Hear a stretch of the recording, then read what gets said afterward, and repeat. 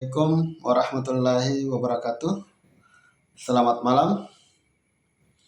Perkenalkan, nama saya Mas Riki, mahasiswa pasca sarjana Universitas Teknologi Sumbawa. Saya ingin mereview tugas dari mata kuliah Manajemen Keuangan Eksekutif. Dosen pengampunya Ibu Prof. Dr. Sri Rahayu SPD ME.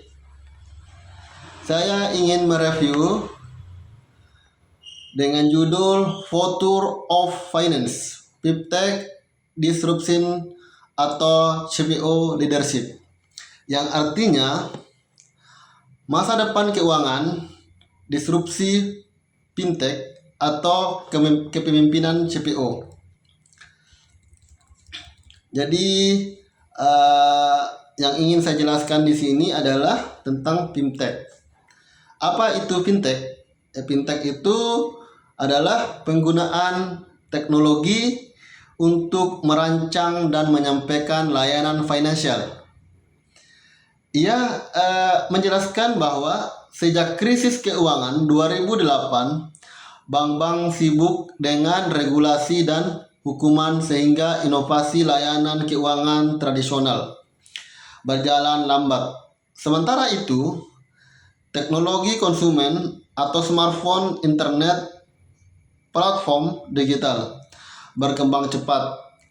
Ini menciptakan celah harapan pengguna dari apa bank tradisional tawarkan dan apa yang pengguna lewat teknologi konsumsi.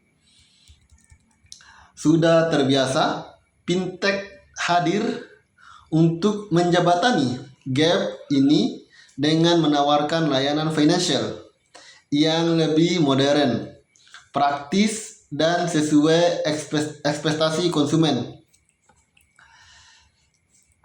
Dengan munculnya model baru, yaitu fintech dapat mengambil alih bagian front-end banking, yaitu antarmuka pengguna, pengalaman nasabah, produk finansial, transfer pembayaran, pinjaman peer-to-peer.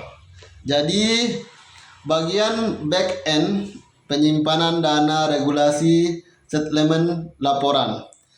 Biasa tetapi ditangani bank sebagai utility provider. Ia memungkinkan bank tradisional tidak hilang sepenuhnya, melainkan merubah fungsi. Tak cuma itu, fintech membuka kesempatan besar untuk inklusi keuangan, akses layanan finansial bagi orang yang sebelumnya tidak punya rekening bank unbanked.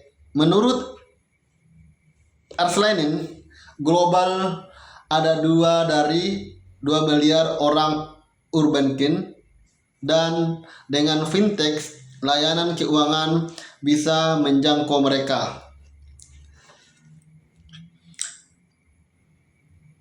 Sekitar selama 5 tahunan terakhir, sekitar 700-an juta orang beralih dari unbanked ke banked.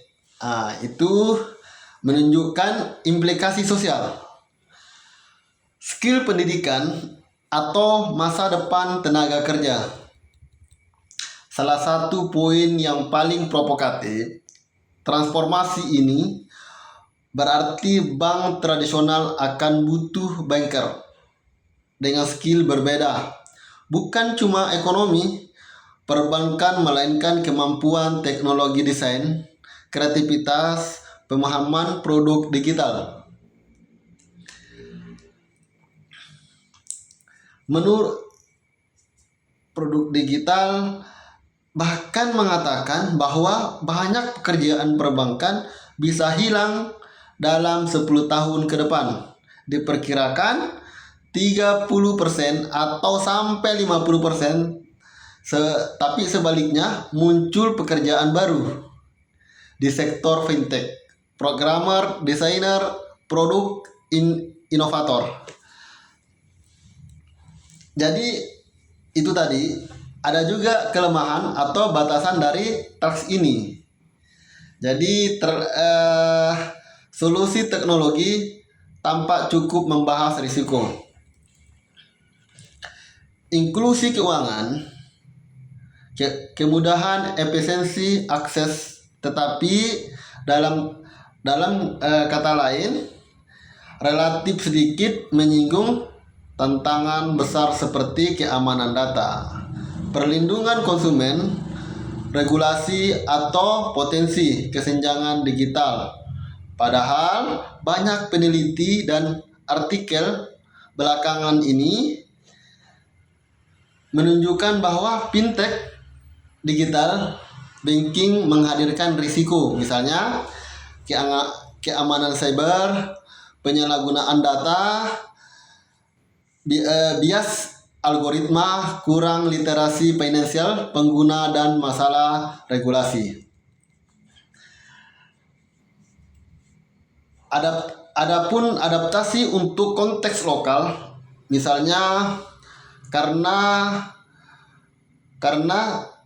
dibuat dengan perspektif global, terutama di kawasan seperti Hong Kong, global finance tidak banyak membahas tentang spesifik di negara berkembang atau negara dengan regulasi dan literasi finansial berbeda. Misalnya, fintech di negara yang dengan penetrasi internet rendah atau regulasi lemah atau populasi urban besar. Aspek ini tidak dielaborasi dalam detail. Jadi, relevansi dan implementasinya bisa berbeda tergantung konteks lokal. Kita lanjut lagi. Komitmen besar dari incumbent bank dan pemangku kebijakan. Jadi kita berbicara tentang bahwa bank harus berubah. Adopsi budaya inovasi, kolaborasi dengan fintech. Jadi banyak perubahan seperti perubahan kurikulum pendidikan, tetapi itu bukan hal yang mudah. Banyak bank punya struktur besar, regulasi ketat, dan budaya konservatif. Kemungkinan resistensi red TV dan risiko kegagalan transformasi cukup tinggi. Hal ini banyak membahas bagaimana mengatasi hambatan tersebut secara konkret. Jadi relevansi untuk Indonesia atau negara berkembang seperti kita, menurut saya banyak poin dan sangat relevan dengan perkembangan keuangan di Indonesia, atau biasa dijadikan panduan inspiratif. Fintech biasa menjadi alat untuk mendorong inklusi keuangan di Indonesia, menjangkau masyarakat yang belum punya akses bank, terutama di daerah terpencil, desa, atau segmen UMKM. 2. Bank tradisional di Indonesia mulai memikirkan how to adaptasi dengan kolaborasi dengan startup fintech, open banking, digitalisasi layanan agar tetap relevan. Yang ketiga, pendidikan dan literasi finansial digital perlu diperkuat, terutama agar generasi muda siap menghadapi ekosistem finansial digital, sekaligus agar konsumen mampu menggunakan layanan fintech dengan bijak, memahami risiko dan manfaat. Tetapi juga perlu waspada terhadap tantangan regulasi keamanan data, perlindungan konsumen, agar transformasi tidak justru merugikan masyarakat. Jadi kesimpulannya adalah tax ini masih sangat bernilai. Tetapi sebagaimana panggilan untuk tindakan dan kritik konstruktif. Jadi tax ini adalah pengantar dan call to accounting atau action yang sangat kuat. Bagaimana fintech bisa mendirupsi perbankan, memperluas akses keuangan, dan mengubah karir serta skill yang dibutuhkan di industri keuangan. Ia membuka mata banyak orang bahwa merubah bukan hanya mungkin tetapi sudah berjalan, dan kita harus siap adaptasi.